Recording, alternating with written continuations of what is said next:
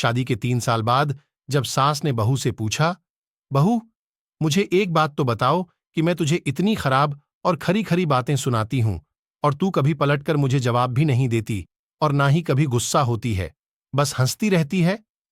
बहू कहने लगी, अम्मा जी, आपको एक बात बताती हूं कि जब मैं छोटी थी तो मुझे हमेशा ऐसा लगता था कि मेरी माँ मेरी सगी माँ नहीं है, क्योंकि वो मुझसे घर के सारे काम करवाती थी और कभी कोई काम गलत हो जाता तो मुझे बहुत डांटती थी और कभी कभी तो मार भी देती थी। लेकिन वो मेरी माँ थी, इसलिए मुझे उनसे डर भी बहुत लगता था और मैंने उनसे कभी गुस्सा नहीं किया। यहां तक कि जब मैं कॉलेज से थकी हुई वापस आती तो आते ही कुछ देर आराम के बाद मुझे घर के सारे काम करने होते थे। फिर जब मेरी भाभी आई तब तो जैसे मेरे काम और भी ज्यादा बढ़ गए।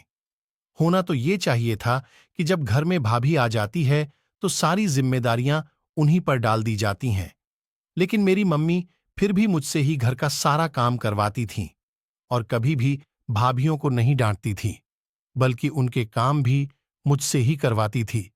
मुझे सबसे ज्यादा चिढ़ मांग की उस बात से होती थी जो वो मुझसे हर रोज काम करते हुए कहा करती थीं कि बेटी, मेहनत से काम करती रहो, अगले घर जाकर तुझे मुश्किलें नहीं देखनी पड़ेंगी।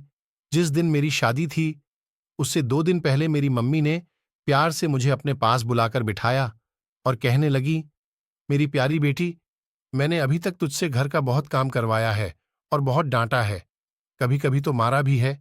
अब तू एक बात याद रखना कि आज तक मैंने तेरे साथ एक सास जैसा व्यवहार किया है और तुझे प्रैक्टिस करवा दी है कि सास कैसी होती है। लेकिन आज तेरी शादी होने जा रही है, इसलिए आज से मैं तेरी मां हूं, मेरी प्यारी बेटी। अगले घर जाकर जब तुम्हारी सास तुम्हें बुरा भला कहे तो समझना जैसे तुम्हारी मांग तुम पर गुस्सा हो रही हो। सासू मां, जितना मेरी मम्मी काम करते हुए तुझे डांटती थीं, तौबा तौबा वैसी डांट किसी को ना पड़े।